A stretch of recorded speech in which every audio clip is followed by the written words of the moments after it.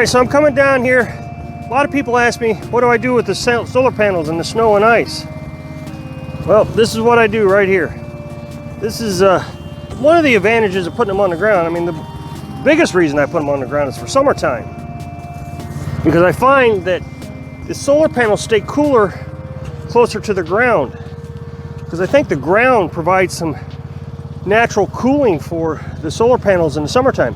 And the solar panels have to stay cool because they lose efficiency over 70 degrees. And you can look that up. Believe it or not, my experience tells me that solar panels do better when it snows on cloudy days than on just regular cloudy days. What I think is happening is the snow reflects the sun or the light, and so the solar panels are accumulating more sunlight from the reflection. I'll have to come back down shortly to do this again. Now, I did run the generator a little bit this morning, just for an hour or so, but I will have to run the generator tonight.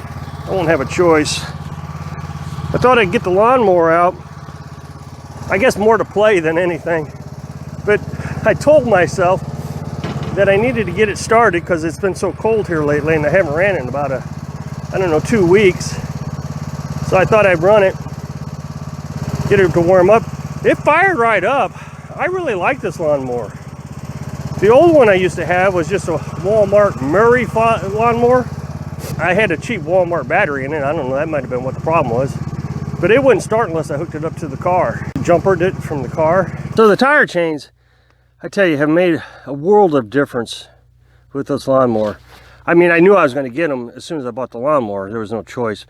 The lawnmower, when I first bought it, without the chains, wouldn't even come up on the hill with even a slightest bit of dew. Sometimes it was totally dry and it wouldn't come up the hill. The chains have made this lawnmower into basically a tractor. I didn't have any problems come up here in the snow. It just grips, it just goes. I have not been able to get it stuck since I put it on. It's a pretty cheap investment. I think they were like maybe $40. Now, a lot of people say you want to get those knobby tires, but those are pretty expensive. Those are like $100 a piece or something. Like I don't remember, but I couldn't justify buying them, even though they look really cool. I couldn't justify buying them because it was just too expensive compared to the chains. Did a little sweeping, trying to keep that bridge clean. Here's my problem with the bridge, is in the snow and the rain, it does get a little slippery. I could put some traction strips on it or something, or a rug, but I like the rustic feel of it. I mean, I don't want to take away from the cabin in the woods feel, but on the other hand, I got to be safe, so we just got to be careful, but it does get slick.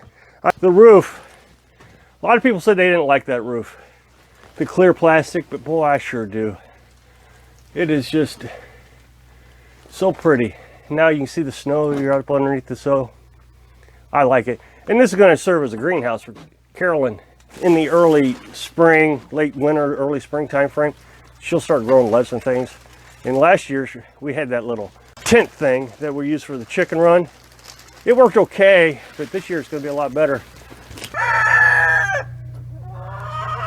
So the chickens didn't come out again today. I know they'll come out in this temperature because the other day it was 18 degrees. That's what it is right now, 18 degrees. And they were outside, but there was no snow on the ground. So now we know that they don't come outside when it's snowing. That was what's holding them up. So I put the water and the food inside. There's one of the chickens there. She's probably going to lay an egg. But I put the food and water inside so they'll have water. I come down about every 2 hours and I replace the water just so they don't have to come out in this. Yesterday, we put bubble wrap around the windows here.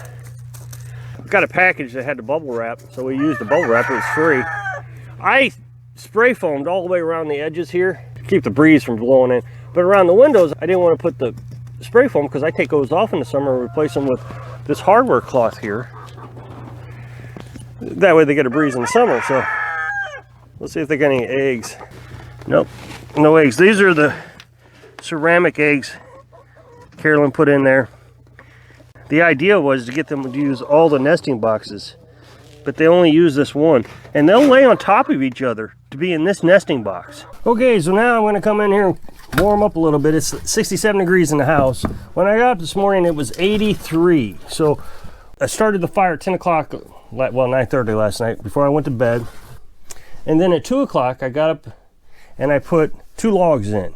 It was 81 degrees in here when I did that. There was enough coals in here that it started up pretty quickly. And by 2:30, I was back in bed. Then got up this morning, like I said, it was, I forget, 83, maybe it was 83 degrees. And here it is, it's probably 9 o'clock now. I'm not really sure what time it is, but my guess is it's 9 o'clock. So from 2 to 9, we haven't had to start the fire. Of course, the thing you gotta remember is it's been in and out all morning doing different things. So the house stays really warm. The stove is still warm to the touch. The fan just shut off maybe an hour ago. This is a heat driven fan. And that's kind of my indicator that it's gonna need started again, is if when that fan shuts off, it cools off in here pretty quickly after that. Now what I'm doing here is I'm running 2 short logs, north and south. So in and out is north and south. Then I go east and west with 2 full-size logs. And then I put little pieces of kindling, a little bit bigger than kindling. I put 3 pieces of these in on top. Now what I'm getting ready to do is a cardinal sin to all the manly men out there. I was on Wrangler Star's channel. I've said this story before. And he started it the way I'm getting ready to start it. And everybody criticized him that he needs to start it like a real man with a match and newspaper. There's a lot of different methods to lighting this, but what I do is I just take the north and south, the front north and south logs, and I just brush the bottom of it. So take the flame and I just brush the bottom of it. That kind of sends the flames out to the other log behind it, because I got 2 logs running north and or east and west.